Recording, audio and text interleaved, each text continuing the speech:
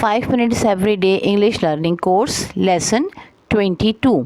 आज का हमारा वर्ब है नो, KNOW, नो। यह एक वर्ब है, इसकी वर्ड क्लास वर्ब है। इसकी 3 फॉर्म्स हैं, know, knew, known. KNOW know, KNEW knew, KNOWN known. इन सब में आप के को प्रोनाउंस नहीं करेंगे, सिर्फ एन से प्रोनाउंस करेंगे। No, new, non. इंग्लिश में इसके मानी होंगे to be aware of something, किसी चीज़ के बारे में जानना, उसकी वाकिफ़कारी हासिल कर लेना। दूसरी मीनिंग्स उसकी होंगी टू अंडरस्टैंड और रिकॉग्नाइज, किसी चीज़ को समझ लेना, उसकी अहमियत को जान लेना। उर्दू में हम जो अल्फाज इस्तेमाल करेंगे वो होंगे जानना, वाकिफ़ होना।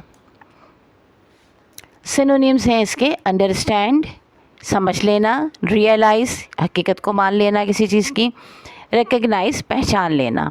एंटोनिम्स यानी कि इसके अपोजिट, तज़ाद, मुतज़ाद अल्फाज जो हैं वो होंगे इग्नोर, फॉरगेट। इग्नोर कर देना, किसी चीज़ को नज़रअंदाज कर देना, फॉरगेट कर देना, भुला देना।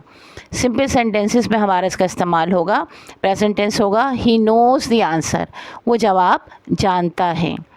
पास्ट टेंस में होगा शी न्यू द वे, उसे रास्ता पता था।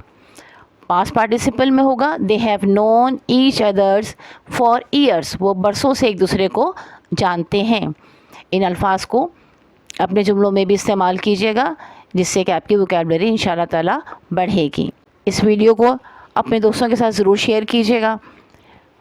चैनल को सब्सक्राइब कर लीजिएगा ताकि आपको मज़ीद वर्ड्स जो हैं वो ऐसे मिलें जिनसे कि आपकी अंग्रेज़ी बेहतर हो सके। अल्लाह हाफ़िज़।